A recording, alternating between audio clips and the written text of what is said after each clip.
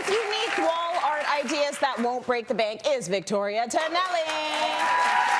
With the best ideas. A blank wall is like a canvas, and you're challenging us to get a little bit more creative, right, Victoria? Yes, so this is a call to action for anyone who's watching to fill your empty walls. Yeah. So I think so many people struggle with pulling the trigger on this, including myself, but it's such a low commitment, a low-level commitment. Like, it's really just a screw hole or a temporary hook. It can totally transform a space and go from unfinished to finished like this. Absolutely.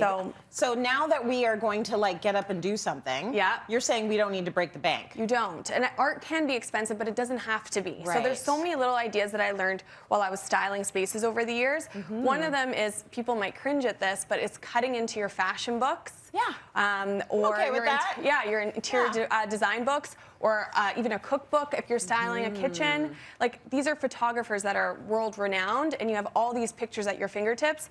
This is just an ad from a magazine that I cut out. I'm gonna hold that up for you because it does look like art, and if you put that in a frame and hang it in a beautiful way like you've done, Victoria, it serves the purpose, and you didn't go out and spend like $3,000. Exactly. Right? Another quick thing is wallpaper, which I love. The good thing with wallpaper is that you can get really large pieces of art because you can get full rolls for such an inexpensive price. So you can get that large format art for very inexpensive. So we did that here. And just frame this guy. That's gorgeous. Isn't that nice? Yeah, that's art.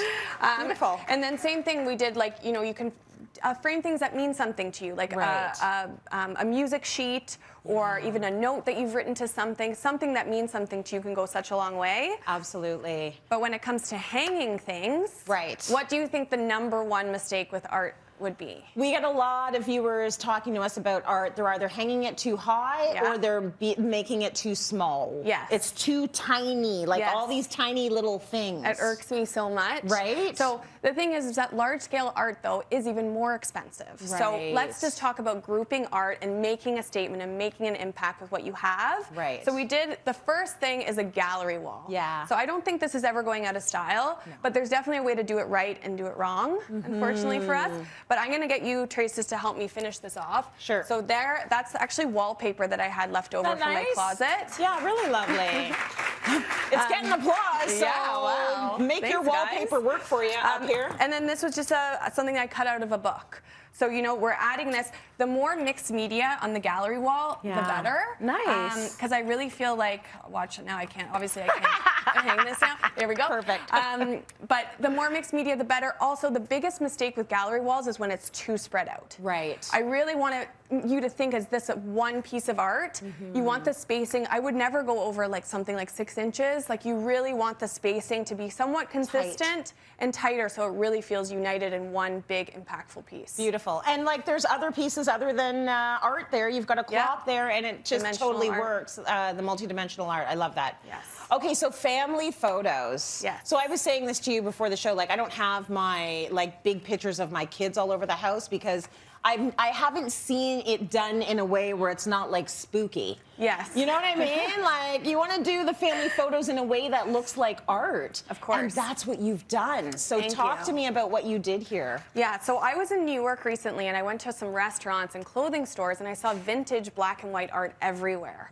But it was so impactful because it was black and white. It was really blown up in terms of scale. So I raided my parents' basement, and I found a bunch of pictures from them from the 80s. So I found out 2 things: that my parents are very stylish. They sure are. And 2, you can see my mom had a very aggressive perm. So there's lots that I figured out. First of all, we are loving this photo of your parents. Like, come on. My mom's not that happy there for some reason. But I love that the bangs are fully covering her eyes, though. Like, it's a look. No sunglasses needed. No sunglasses needed. But what I did here is that I really zoomed in on moments. And I kind of tried to find pictures where they weren't perfectly posing for camera.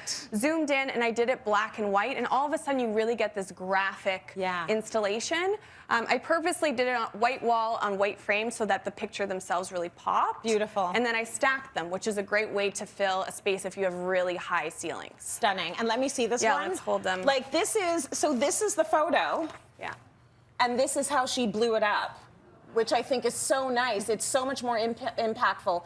If I didn't know any better, I would say, Vic, that's you. Who is that? Is that Mama? Yeah, that's my mom. That's my mom. And my dad. Mom and dad, yeah. I love, and this one too. Yeah, that's baby me. That's beautiful.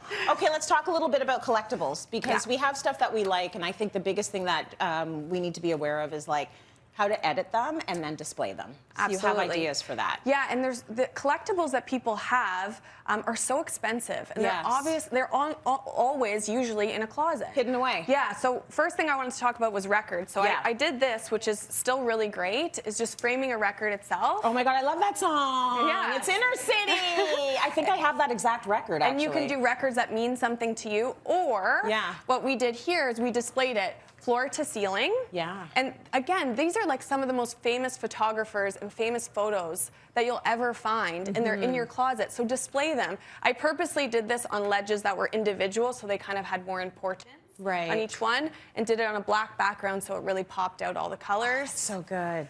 Because you included Mariah Carey, and I appreciate that. I love that album. And then okay, so let's talk a little bit about, you know, you're a sneakerhead, and you want to display your sneakers. You want to display your beautiful heels, like, you know, they can become purses. Yeah. Decor. So this is really like a sculptural piece. Imagine this layered one on top of the other on a whole wall. Yeah. So there's lots that you can do with things that mean something.